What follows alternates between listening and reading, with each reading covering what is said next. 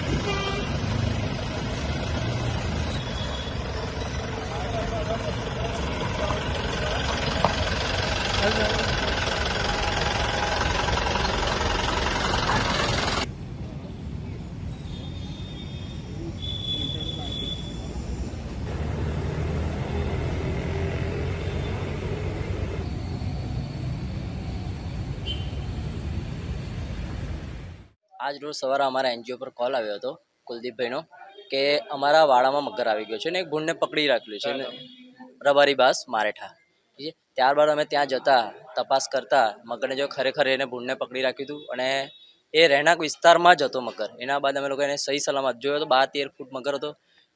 બહુ મહેનત કરી, 3 કલાક મહેનત કર્યા બાદ એણે સહી સલામત મગરને રેસ્ક્યુ કરાવ્યા છે। કેવી રીતે મતલબ એને રેસ્ક્યુ કરવા માટે ત્યાંના લોકો ભયભીત હતા? હા, ત્યાંના લોકોએ બહુ સહકાર આપ્યો છે। ભયભીત તો હતા એનું કારણ કે જે દર વખત આ જ મગર દર વખત એમની ત્યાં આવી જાય છે, દર વખત એમની ત્યાં જ આવી જાય છે મગર, વાડામાં આવી જાય છે। તો એ લોકોને બી હતી તે વાછેરણ ના લઈ જાય। અચ્છા, તો અને કઈ રીતે પકડ્યો તો? અમે ત્યાં જતાં પહેલાં જોયો કેવું છે કે આખો એરિયો પહેલાં તપાસ્યો કે આજુબાજુ વિશ્વામિત્રી છે કે નહીં, નથી, આજુબાજુ કોઈ નથી। એના બહાર અમે લોકો એને રોપ નાખ્યા પછી, પહેલાં મોડા કપડું નાખીને રોપ નાખ્યા પછી ગામવાળાએ સહકાર આપ્યો, એના પછી અમે શાંતિથી એને રેસ્ક્યુ કર્યા। શું નામ તમારું ને? સંદીપસિંહ સેવ વાઇલ્ડલાઇફ ટ્રસ્ટ। સંદીપસિંહ સેવ વાઇલ્ડલાઇફ ટ્રસ્ટ।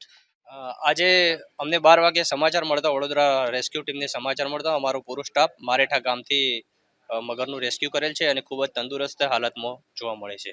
સર, કેટલી એની લંબાઈ છે અને કેવી રીતે પકડ્યો આને? લંબાઈમાં વાત કરીએ તો આ સિઝનનો પહેલો એવો મગર છે કે જે 11 ફૂટથી વધારે લંબાઈનો છે અને ખૂબ તંદુરસ્ત હાલતમાં છે। અને જે આપને જહેમતની વાત કરી તો અમારી સાથે વડોદરાના તમામ એનજીઓ અને ટીમ, યુવા ટીમ અમારી સાથે જોડાયેલી છે, જેના કારણે અમે ગમે ત્યારે રાત દિવસ ગમે ત્યાં મગર વસવાટમાં આવી જતા હોય તો અમને પૂરેપૂરી મદદ મળતી રહે છે અને સમયસર એનું રેસ્ક્યુ કરવામાં આવે છે। સર, આપનું નામ? હું range forest officer Karansinh Rajput, Vadodara.